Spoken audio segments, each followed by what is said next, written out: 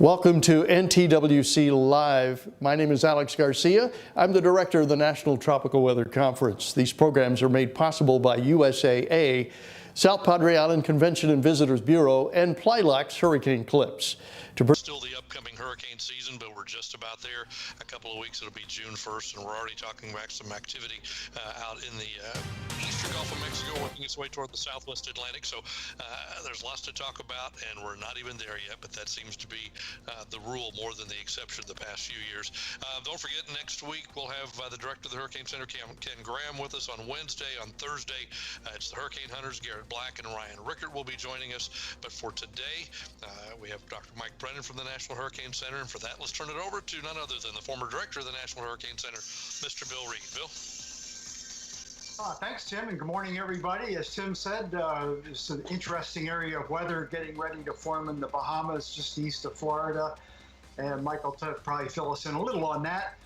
Two other areas of interest: a typhoon made landfall in the Philippines last night, and will bring considerable rain and unfortunately some damage to that part of the world. And we're still looking at the potential for a cyclone developing in the Bay of Bengal, forecast by all the major models to move northward and affect either India or Bangladesh over the next 5 to 10 days. Our speaker today is Dr. Michael Brennan. Mike attended NC State, earning a PhD in 2005 in atmospheric science from that fine university. Mike began his Weather Service career at the Weather Prediction Center, where he held the position of Science and Operations Officer. He moved to NHC as a senior hurricane specialist in 2008, and after 10 years of honing his scientific skills, he promoted over to the dark side, where he's now in management as the branch chief of the Hurricane Specialist Unit. Mike brings plenty of skills to that position, not the least of which is his people skills. So Mike, with that, please take it away. Thanks, Bill. It's great to be here. Thanks for the invitation. And yeah, as you mentioned, we're still a couple weeks away from the official start of the hurricane season, but we do have that system. We're expecting to develop and go on and become probably a subtropical cyclone in the vicinity of the northwestern Bahamas over the weekend. So we're spinning up to take care of that operationally, already doing coordination with the WFOs, with the Bahamas, with the hurricane hunters, and getting everything ready for that possibility as we head into the weekend.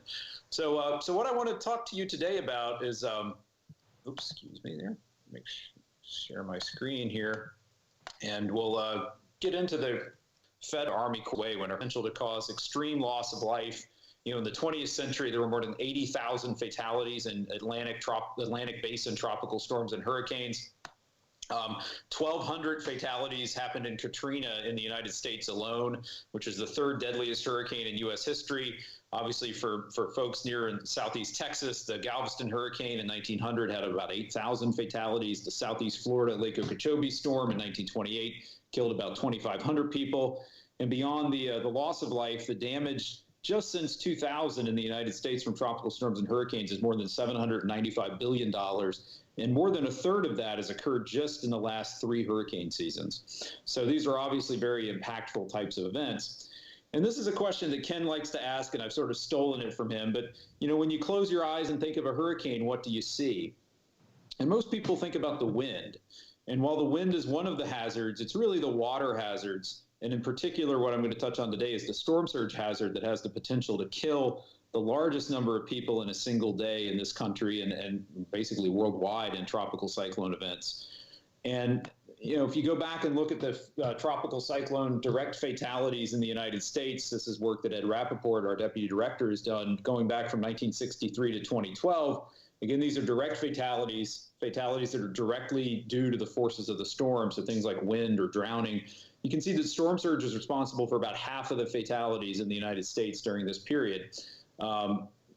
Water, in terms of rainfall flooding, a huge portion of the fatalities that we lose people to for direct deaths in the United States, and the uncertainty associated with the number of deaths and the cause of deaths in that particular event.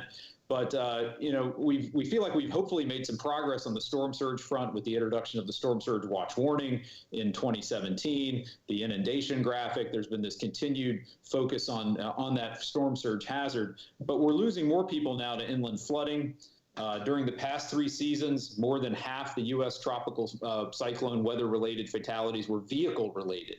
So we're losing a tremendous amount of people who are driving into flooded areas, driving around barricades, and dying in freshwater flooding. So that's a particular point of emphasis.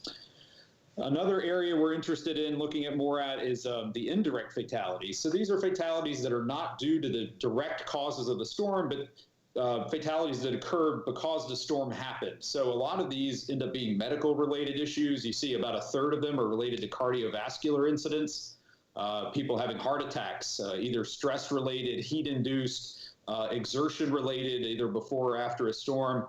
A lot of fatalities occur during evacuation, things like vehicle incidents. You have a lot of falls, accidents for people getting ready for the storm, things like carbon monoxide poisoning, fires, other household accidents.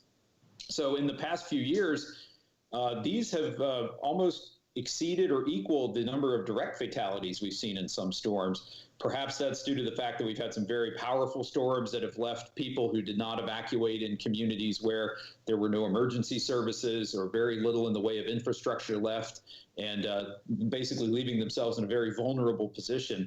But historically, there's not been much attention given to these. Most of the historical literature is focused on the direct deaths. And I think as we move into an era where we're hopefully reducing the direct fatalities, that means there are more people around to perhaps suffer from these indirect fatalities. And a lot of these tend to afflict the older parts of the population, especially as you get above 60. A lot of the medical issues tend to concentrate in that demographic. So that's something else that we're trying to focus on at NHC. Now, going to the forecasting side, the products we provide at NHC are really following the storm and providing the big picture. Where is the storm going? How strong is the storm? How big is it? What are the sort of large-scale impacts from storm surge, wind, freshwater flooding? And then the local impact information in IDSS is provided by the local weather forecast offices in the National Weather Service, who can really get down to what's happening at that community scale and help support those local evacuation decisions. Just a quick overview, our advisory packages, again, issued every 6 hours. We're providing a 5-day track and intensity forecast, forecasting the size of the storm through 72 hours for the tropical storm and 50-knot winds, the hurricane force winds out through 48 hours. Coastal watches and warnings for the United States and international areas. Also includes things like the storm surge watch and warning that I'm pointing at here. A lot of focus on hazard information, storm surge probabilities, wind speed probabilities, hazard information about rainfall and flooding. And then there's a big focus on messaging that we've really taken to heart here in the last few years. We're providing key messages, just sort of plain language about what the biggest hazards are, what people should be doing to get ready for the storm, what they should be paying attention to. And then obviously the forecast discussion itself has a lot of information about the forecaster's reasoning, their confidence in the forecast scenario. If you look back, over the last 50 to 60 years, this is just a chart showing our track forecast error trends and how they've changed over time. If you go back, looking back to the 1970s, this black line here shows our average track forecast error in the most recent decade here in the 2000s, the 90s, the 80s, 70s. The track forecast errors now are about a quarter of what they were in the 1970s. This has been a tremendous advancement. So say in 1970, the average 3-day track forecast error was somewhere in the vicinity of 360, 370 nautical miles. Now it's about 100. So a huge scientific advancement here that's been driven largely by advances in numerical modeling.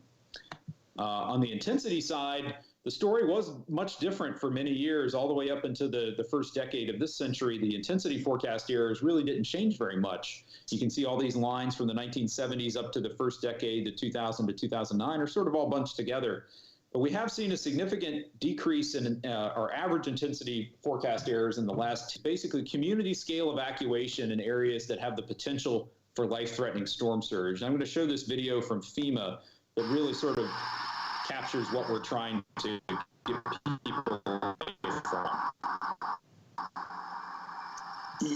The house is light when it starts flooding.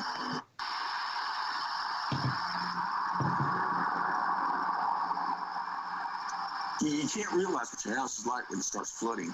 Everything floats. You can't get down the hallway. You got to fight to get where you're going.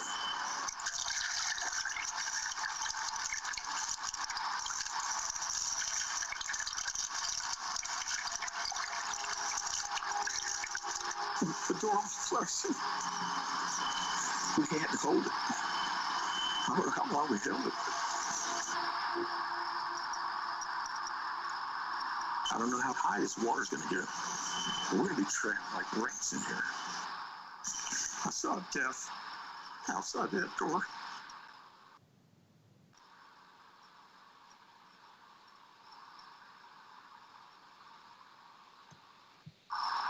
So that video from FEMA is really well done and sort of captures what actually happens on the ground in areas where you do see life-threatening storm surge and what people actually experience there. And getting people away from that is sort of the goal that I'm going to focus on in the presentation here today. And we're going to do that in the context of Hurricane Michael, which made landfall in the Florida Panhandle on October 10th in 2018. It was the first Category 5 hurricane landfall in the United States since Andrew in 1992.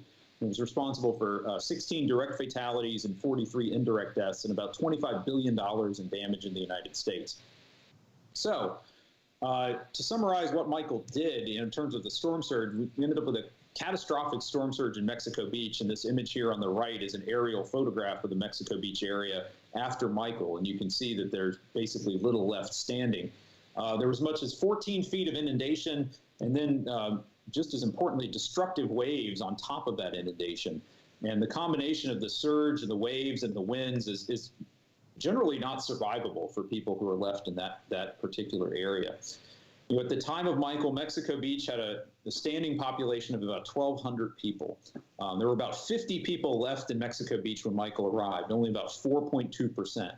So what I want to take you through here is all the work that it takes to get that number from 1,200 down to 50. How do we manage evacuations? How do we plan for them? And how do we put them into place in the context of hurricanes? And how does sort of the whole picture come together?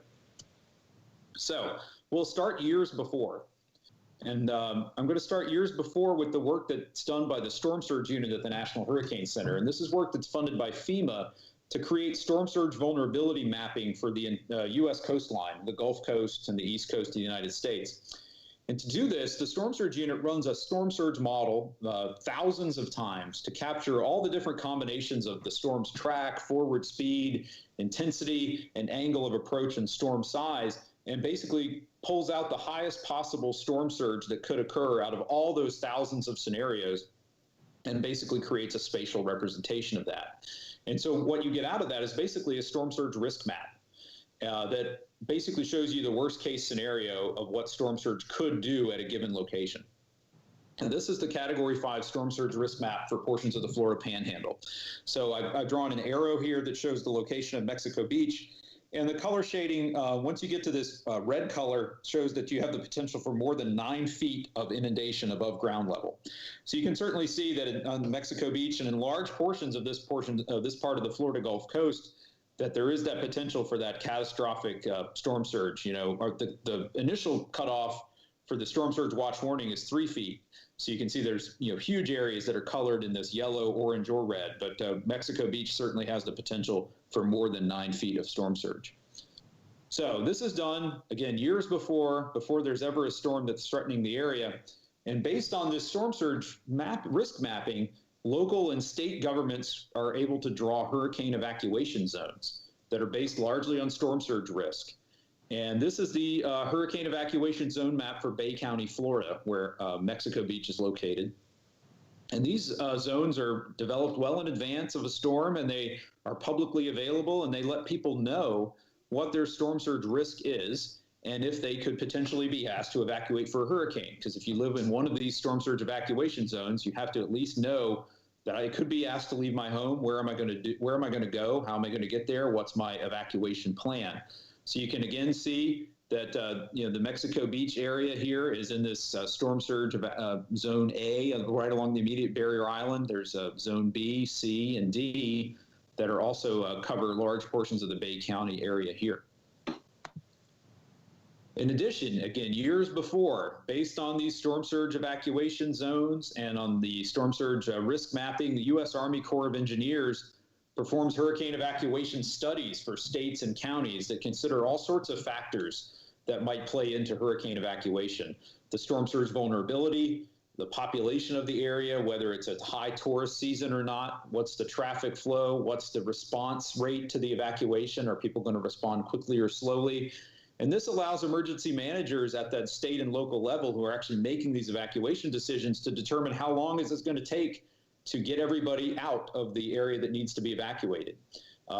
Again, allows them to look at different factors related to the storm, related to the population, related to the social response to the evacuation orders.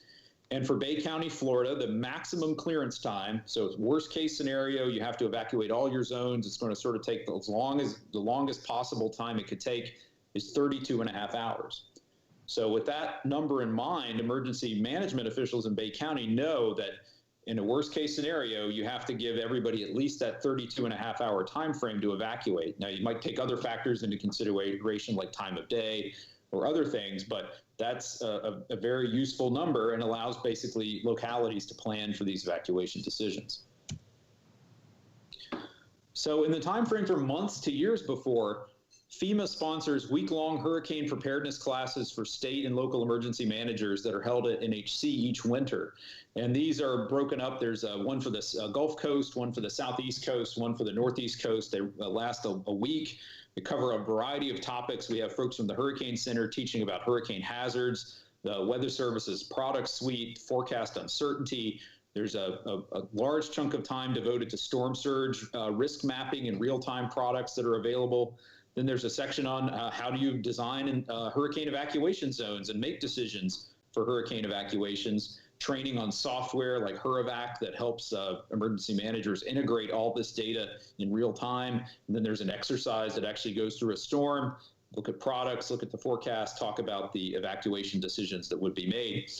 And since the early 1990s, we've trained more than 1,500 emergency managers at this week-long class. So it's sort of one of the flagship FEMA emergency management courses. We also have 3-day and 1-day versions of the course that NHC and FEMA offer at other conferences, such as the National Hurricane Conference or regional training opportunities. And I'm glad to say we were able to get the FEMA classes in this winter before COVID began affecting travel and other things like that. So we were able to train the full complement of EMs this year. And this is a picture of the Southeast region class from 2020. Also thinking in the months before time frame, as we head into each hurricane season, the folks in NOAA, both in the Weather Service, on the research side, are really working to upgrade the weather forecast models that are critical to making good forecasts of hurricane formation, track, intensity, size, and the impacts from the hazards, things like storm surge and wind and rainfall. There's also a lot of work that's done every year to learn how to better use the observational data we have, especially things like aircraft data, radar data from the aircraft, and satellite data to really get that into the models to better analyze the initial conditions of the hurricane and produce a better forecast. And this animation here is an experimental model that's being run at the Hurricane Research Division that's called the Basin Scale HWRF. So right now we run individual hurricane models sort of one at a time for each storm separately. But this particular basin scale model allows you to have the storms all interact with each other. And this is a period from 2017 when we had Katia and Irma and Jose all going on at the same time in relatively close proximity to each other. And this allows the storms that in the real atmosphere do affect one another to affect one another in the model. Also on the timeline of months before, the Weather Service is working on updating its real-time hurricane product suite each year to provide new information to users in real time about the hurricane hazards. So we have things like the time of arrival graphics for tropical storm force winds that provide the most likely and earliest reasonable time of arrival that's so critical to, again, the timing for that evacuation decision-making. We have hurricane threats and impacts graphics from the local forecast offices that are, again, focused on those individual threats. This is a storm surge risk graphic for a particular hurricane in South Florida that, again, shows the varying levels of risk from extreme all the way down to elevated for storm surge at any given location. Also in the months before time frame, the Hurricane Center, every off season, we're verifying all our forecasts and doing the post-analysis of everything from the previous year, and then we know what our track and intensity forecast errors are.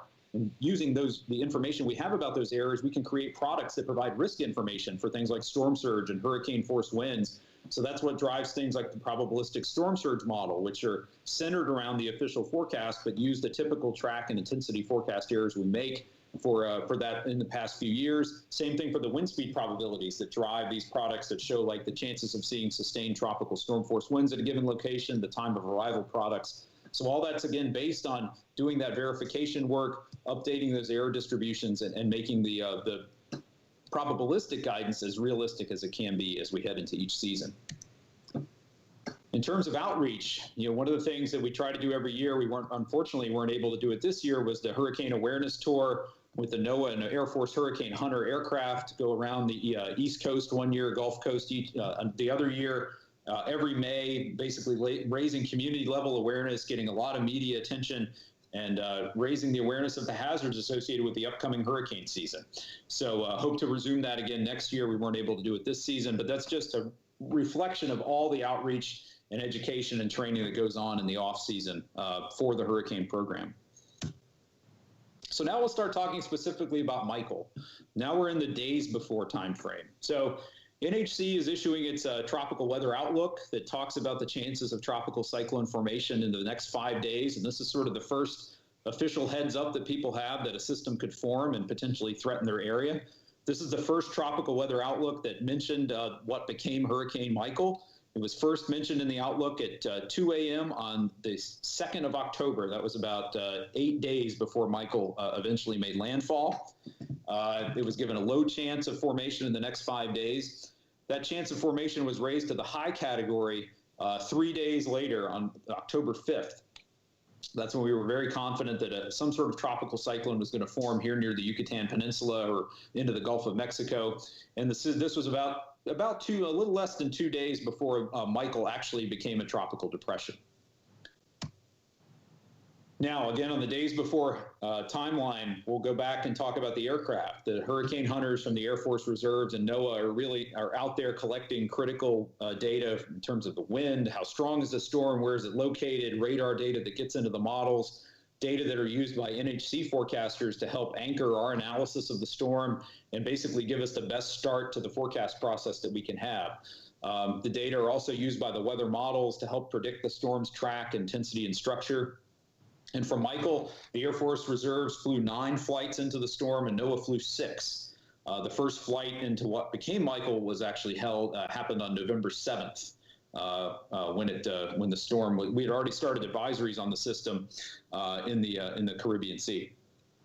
So that's when we started making our 5-day forecast of the storm's future track and intensity. And from NHC, we're really able to drive the national level messaging that filters all the way through the rest of the federal government, down to the state and local level, and getting that message out to the public through traditional broadcast media and social media that really allows us to reach the general public itself, in addition to the messaging that we're driving through the Weather Service down to the emergency management level. And we'll show some examples of how that evolved during Michael. So here's a look at our track forecast for Michael. The actual track of Michael is shown here on the left by the white symbols. The individual blue lines are the actual NHC track forecast that were made. You can see that early on, the tracks were biased a little bit to the left, taking the center of the system closer to the Yucatan Peninsula. But all the track forecasts showed a consistent threat for a landfalling of the system somewhere in the Florida Panhandle. And on the right side is our paper track map. You can see the best track history of the storm with all the fixes from the aircraft, from satellite, from radar. And again, you can see the erased track forecast lines here. All these same blue lines are just plotted on here in pencil over and over again, focused again on that area in the Florida Panhandle. So there was very good consistent signal and consistent forecasting from NHC that Michael was going to threaten the Florida Panhandle from its very earliest signs of formation. In terms of the intensity forecast, our forecast did show a strengthening storm, but certainly failed to capture Michael's rapid strengthening prior to landfall. This is the intensity forecast guidance that we had on the 8th of October, the morning of the 8th of October. Remember, Michael made landfall in the afternoon of the 10th of October. You can see that all the intensity forecast guidance going out in time here with these colored lines showed a storm strengthening up to close to, Category 2, Category 3 strength. Our intensity forecast would actually higher than all of the guidance, showing a peak intensity of about 100 to 105 knots. But you can see that, the forecasts were a little too high in the short range, but then they were certainly too low as we got out beyond 24 to 36 hours, and Michael went on to strengthen rapidly right up to landfall. And then you can see that certainly the guidance in the NHC forecast weren't able to capture that. However, on that the first time we did show Michael making hurricane status before landfall was at the advisory that was issued at 4 a.m. Central Time on the 7th, about 3.5 days or so, a little more than 3 days before Michael actually did make landfall. We were at least advertising the threat of hurricane conditions along the northern Gulf Coast. Talk a little bit about the messaging. We provide, again, these high-level key messages that are really designed to be sort of national-level talking points for use within the media and elsewhere in the Weather Service and elsewhere within the government. They were sort of originally developed as sort of short messages that might mimic what you would see running along the crawl on the bottom of your TV screen. Again, we've tried to make them very focused on hazards.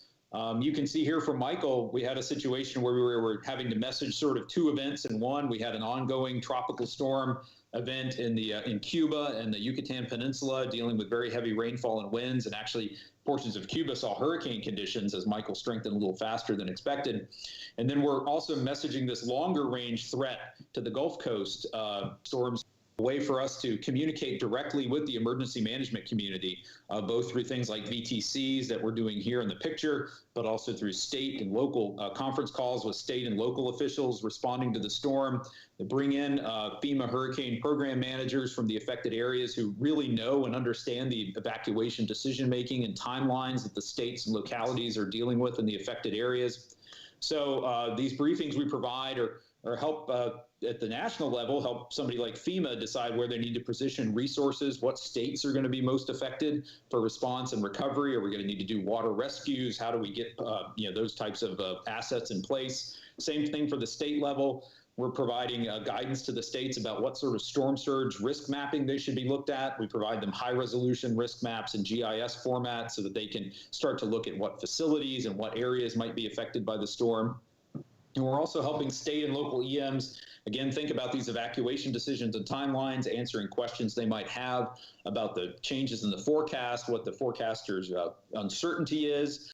Sort of those are doing this local IDSS, and WFO Tallahassee deployed a meteorologist. You see him here, Justin Pullen. He was deployed to the Bay County EOC during Michael, so he's actually embedded there, and he's there to really support the local decision making that they're having to make on the ground there about evacuations, answering questions that they might have about the forecast uncertainty, interpreting the products. So this is going on at the local level from the local WFOs who have those pre-existing relationships with those local emergency managers and can then put staff in those EOCs in those affected areas to help those folks facilitate their decision making. So now we're at 3 days before landfall. This is again on the 7th of October. I talked about this already. This was that key messages slide we looked at before. This was the first time we were forecasting Michael to become a hurricane. Increasing risk of dangerous storm surge is what we're messaging. An extreme vulnerability, as I said, of this portion of the Florida Gulf Coast to storm surge. So we're trying to get that word out there, especially in a storm like Michael that has formed and is now going to make landfall in a relatively short period of time. It's not like an Irma or a Florence where you have 7 to 10 days to watch a storm come all the way across the Atlantic. This is more of this storm is forming. It's going to threaten you in a very short period of time. You need to start getting ready. So 3 days before, on October 7th, we opened the NHC media pool. It really gives us a tremendous outreach to both national and local media. We provided over 100 TV interviews during the media pool for Michael. So you can see Ken here talking to CNN, talking again to local media outlets in the affected areas that are really connecting down to those local folks who are making those personal decisions about how to get ready for the storm. We are also using things like social media. The posts we put on Twitter during Michael generated about 36 million impressions. We have an increasing reach on things like Facebook Live. We got over 1 million views and 6 million engagements with videos and postings on Facebook. And our website has had approximately 1.5 billion hits with about 85 million page views, so people can directly access our products, our graphics, our storm information. So we're really sort of pushing that information out at the national level. Now, 2 days before, this is on the 8th of October. Now we're talking about life-threatening storm surge is now possible along the Northeast Gulf Coast. Regardless of the exact track or intensity of Michael, this is when we first issued a storm surge watch for that area. And this is the graphical depiction of that storm surge watch that extended all the way from just east of Pensacola down to the Tampa Bay area. So again, this is the first official notification that there's the possibility of life-threatening storm surge somewhere within this watch area in the next 48 hours. And this is the inundation graphic from that time. Again, here in Mexico Beach, it's hard. I wasn't able to zoom in as far as you would like to, but you can see some speckles of yellow and orange in here. So talking about the potential for at least 3 to 6 feet of inundation in this area at this time. You might even see a little higher values if you were able to zoom in a little closer. Now, okay, so what does that mean down at the local level? So on the 8th of October, that day, that's the day that Bay County issued a mandatory evacuation order for zones A, B, and C. So 3 of their evacuation zones, they called for an evacuation. That evacuation was effective at 6 a.m. the next day on Tuesday morning, the 9th of October. So again, this is a post from Bay County. This is that same evacuation zone map I showed you earlier. This is what they put out on their Facebook post.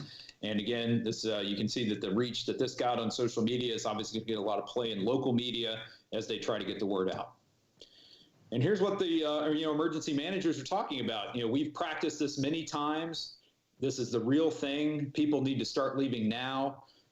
Prepare for your personal needs. Don't expect the government to take care of you if you stay here. You need to be able to take care of yourselves for an extended period of time. So again, trying to get that message out. You need to leave. We're going to try to get you back in there as soon as we can. But if you stay behind, we're not going to necessarily be able to come help you. What's going on 2 days before elsewhere? The USGS has scientists that are going out and installing storm surge sensors along the Florida Gulf Coast that are going to provide information both in real time and after the fact about what the water levels are doing in this area that could be affected by the storm. And this is obviously useful for real-time information and situational awareness, but also helps us verify the forecast and improve future storm surge forecasts, because this is really high-density data, high-quality data that we otherwise would not be able to get from, sort of sparsely placed things like tide gauges and high water marks, which are have a lot more uncertainty with them. Key messages, again, on the 8th of October. Now we're to the point where that afternoon, life-threatening storm surge is likely along portions of the Florida Panhandle, the Big Bend, and the Nature Coast. So now we're able to sort of narrow down that region. Where do we think the worst storm surge is going to be? That's where that storm surge warning is now in effect. So at this point in time, all the real-time data, the briefings, the support I've talked to you about before are continuing. Here's that storm surge warning that was issued. The watch is still in effect on the flanks for the Tampa Bay area, for Pensacola, but that warning basically extends from the western Florida Panhandle all the way around the Big Bend to just north of Tampa, including the Mexico Beach area. So that's, again, the danger of life-threatening storm surge somewhere in that warning area within the next 36 hours. So this is, again, reinforcing those evacuation orders, the preparation messages that are coming from the emergency management folks. Now we're a day before, the evening before, late afternoon before Michael's landfall. Now we're able to get even more specific and talk about how we expect the worst storm surge inundation is expected between Mexico Beach and Keaton Beach, with 9 to 13 finish their preparations today and really get that out there. The storm surge unit is tweeting out information like this: a destructive and life-threatening storm surge. And we're choosing our words very carefully here and trying to emphasize the threat that exists there along portions of the Florida Panhandle, and now graphically depicting, this area here is where we could see that worst inundation of 9 to 13 feet. Obviously, significant storm surge inundation possible on other portions of the storm surge warning area, but again, focusing in on that Mexico Beach to Keaton Beach zone. Again, here's what's coming out of the local forecast office from Tallahassee. You can see the messaging is consistent. That extreme level of extreme threat of storm surge in that area, shown in the red and the purple here, with water levels again increasing late tonight, maximum surge values likely Wednesday afternoon and evening. So now we're getting into the night before. We're hours before Michael is reaching the Gulf Coast. So Michael's been continuing to strengthen, and because we have the aircraft in there, we're able to find that the storm is rapidly strengthening in the final hours before landfall, strengthening to you can see the storm changing in satellite imagery, but we don't have that direct measurement of the winds and the pressure and how the storm's changing in real time. So this is a video from the NOAA Hurricane Hunter flight into Michael on the 10th of October, which is pretty interesting to watch. So I'm going to show that here.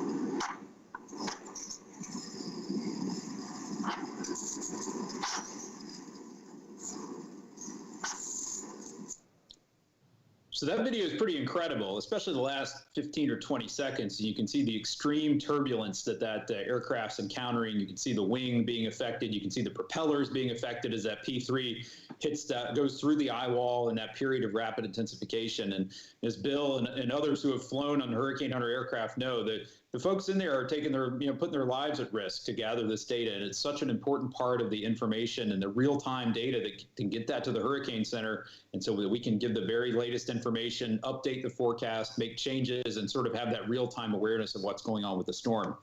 We move on to the next slide, or the next video is a video from the last flight from the Air Force Hurricane Hunters as they flew into Michael before landfall.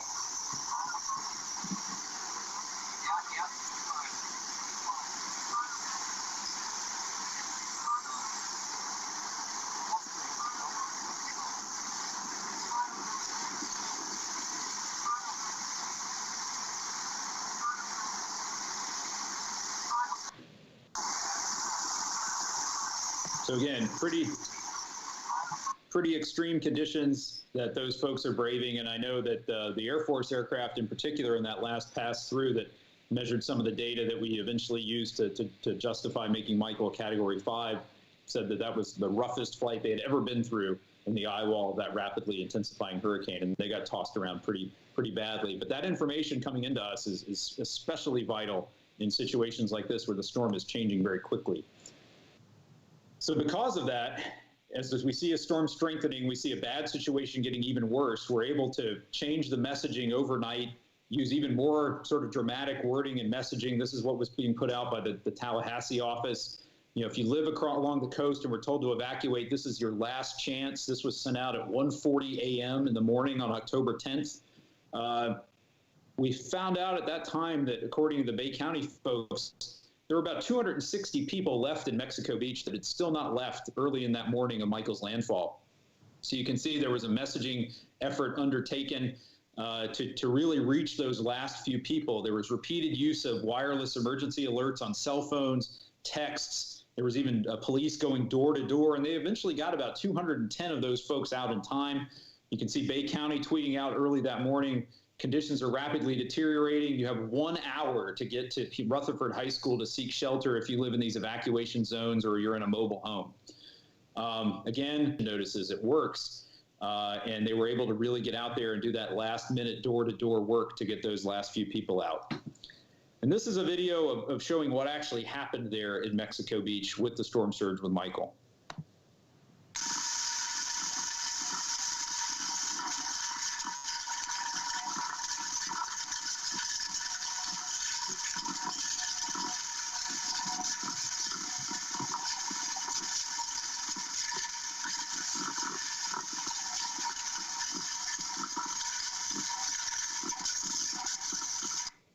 So this is a scenario where you have that rapid rise of the water, the destructive waves on top, and in addition to the 160-mile-per-hour winds, and this is the result.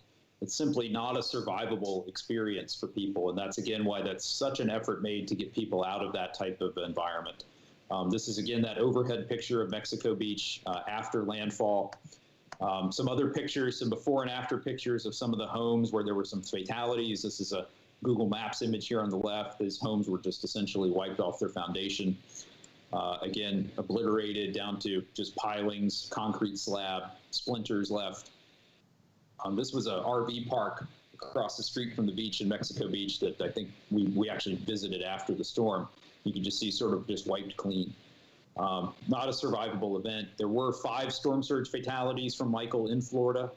3 of those were in Mexico Beach, but certainly given what could have happened there if people hadn't gotten out, this is a relatively small number. Every life is precious, but you will notice too here that, you know, this is a social science aspect of the fatalities and how they happen and why people don't leave is very interesting. You'll notice most of these people are elderly, people who were afraid to leave their homes, were not comfortable leaving their homes, people who lived in their homes for 40 or 50 years and just not sure how to leave or how to get out. And that's something we have to tackle as a community is how do we reach these very vulnerable people who are unable or are not comfortable in leaving their home.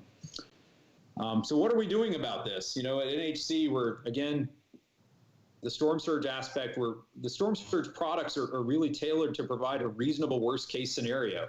And in a case like Michael, where you have a storm that's rapidly strengthening, that is going higher than the intensity forecast, having something like a reasonable worst case scenario really pays off because it accounts for that safety margin and providing people the storm surge that they need to plan for.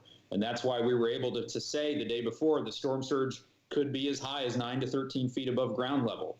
And again, provide that consistent messaging and warning to those folks in that region. Again, from an outreach perspective, trying to find new ways to reach people through the web, through traditional media, through people's phones, social media, trying to get out there and meet people where they are. Demographically, people get information very differently from place to place, even within the same place, based on age and preferences for how they interact with media. So we really have to just be in more places to reach people. Improving the forecast. How do we make those forecasts better?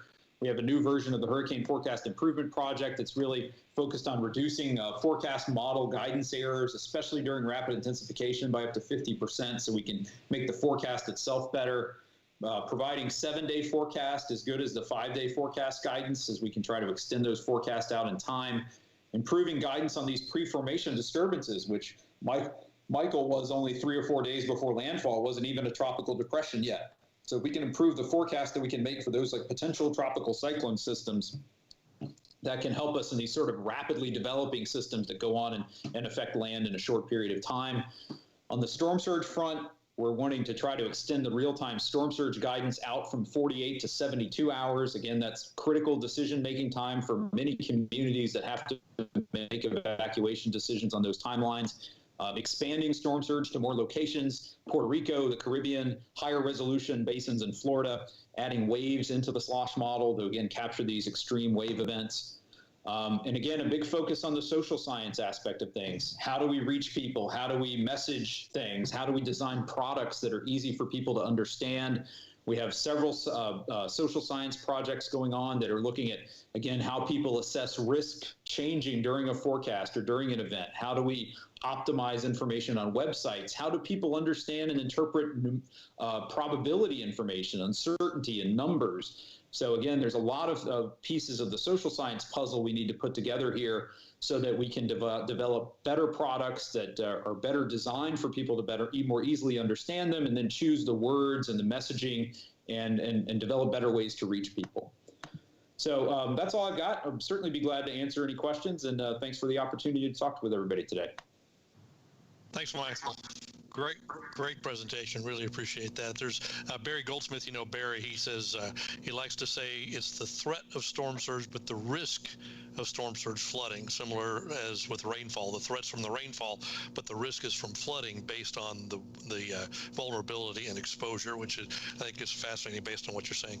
Yeah, that is. It's, again, the risk of storm surge. And again, because people are having to make those evacuation decisions so far in advance of the arrival, the decisions really have to be made on what could happen, not necessarily what's expected to happen in any given location. Otherwise, people could be caught short and not evacuate enough people or evacuate in time. And so that's, again, why that sort of reasonable worst case scenario approach is so important.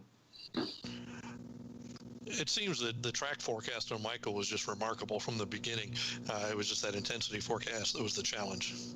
Yeah, the track can be a little challenging for these pre-genesis disturbances as well, because the centers can sort of jump around. We got pretty lucky with Michael. We were able to sort of narrow down on a track pretty early on. It did jump around a little bit early.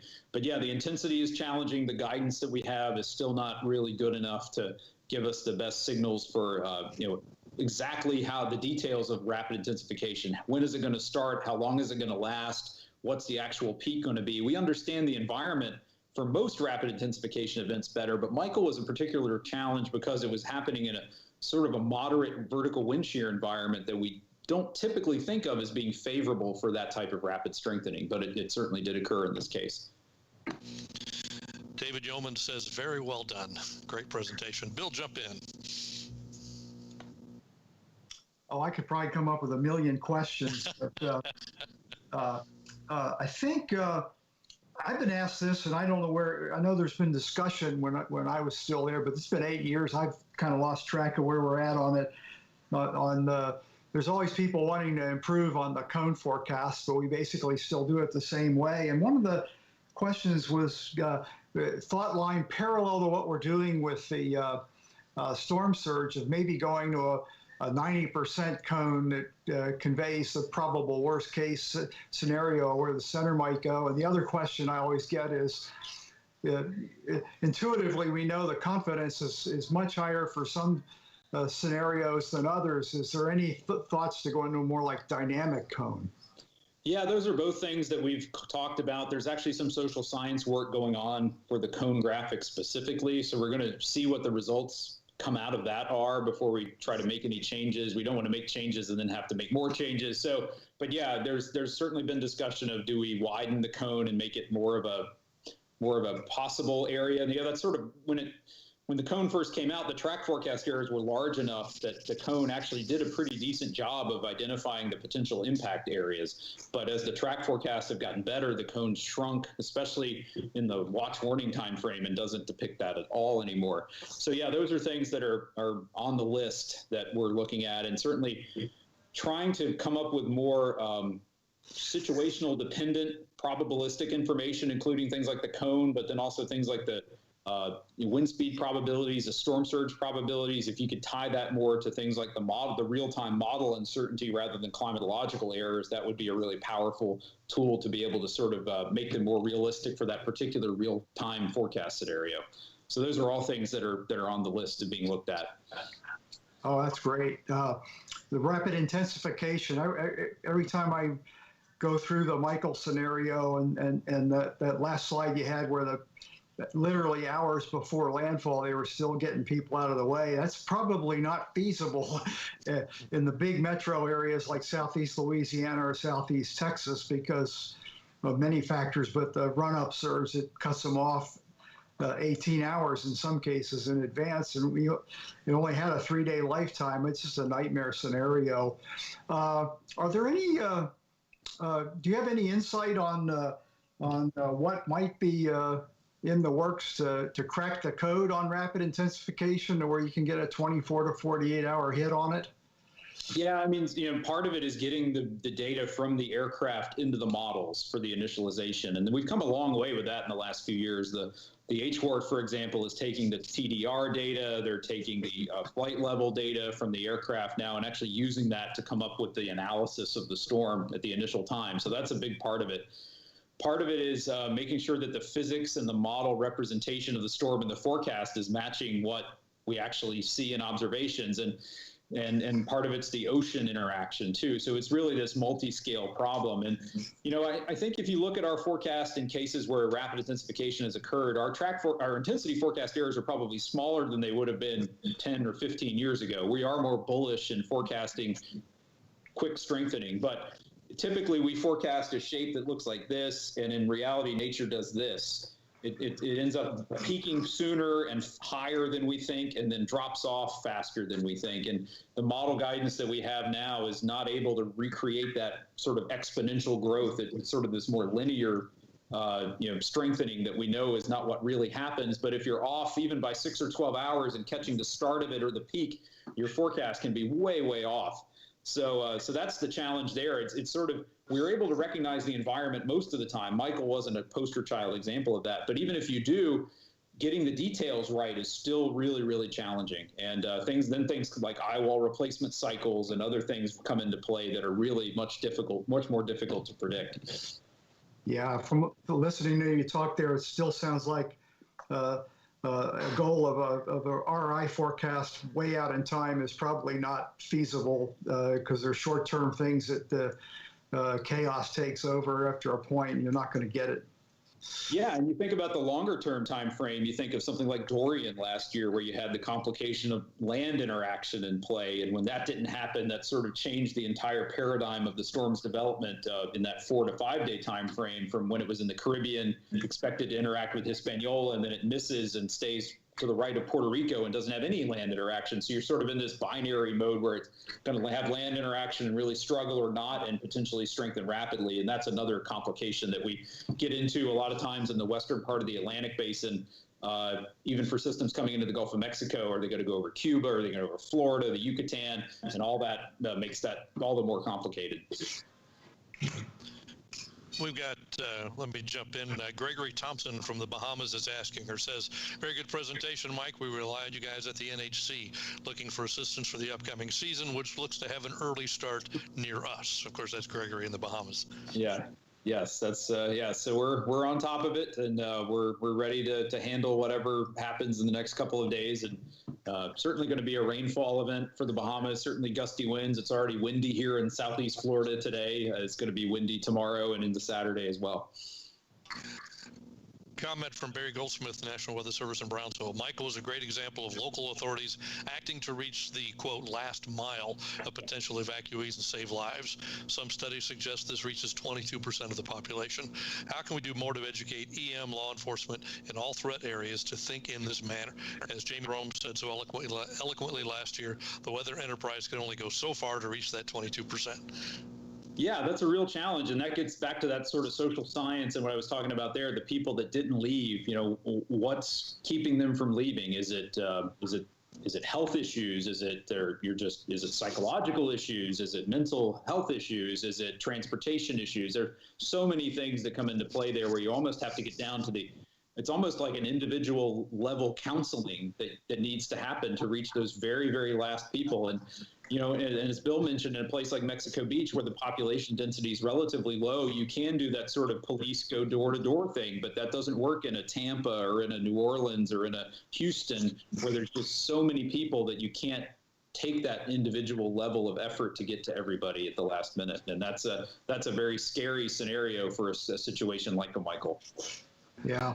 Do you think in this COVID time, communication is going to be better because there's so much video conferencing like what we're doing today going on that it's opening the door to people saying, yeah, I'll Skype or whatever it may be, more so than ever before?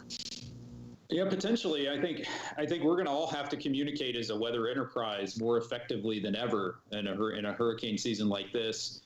There may be longer timelines for evacuation decision making. Things are going to just be more complex in general.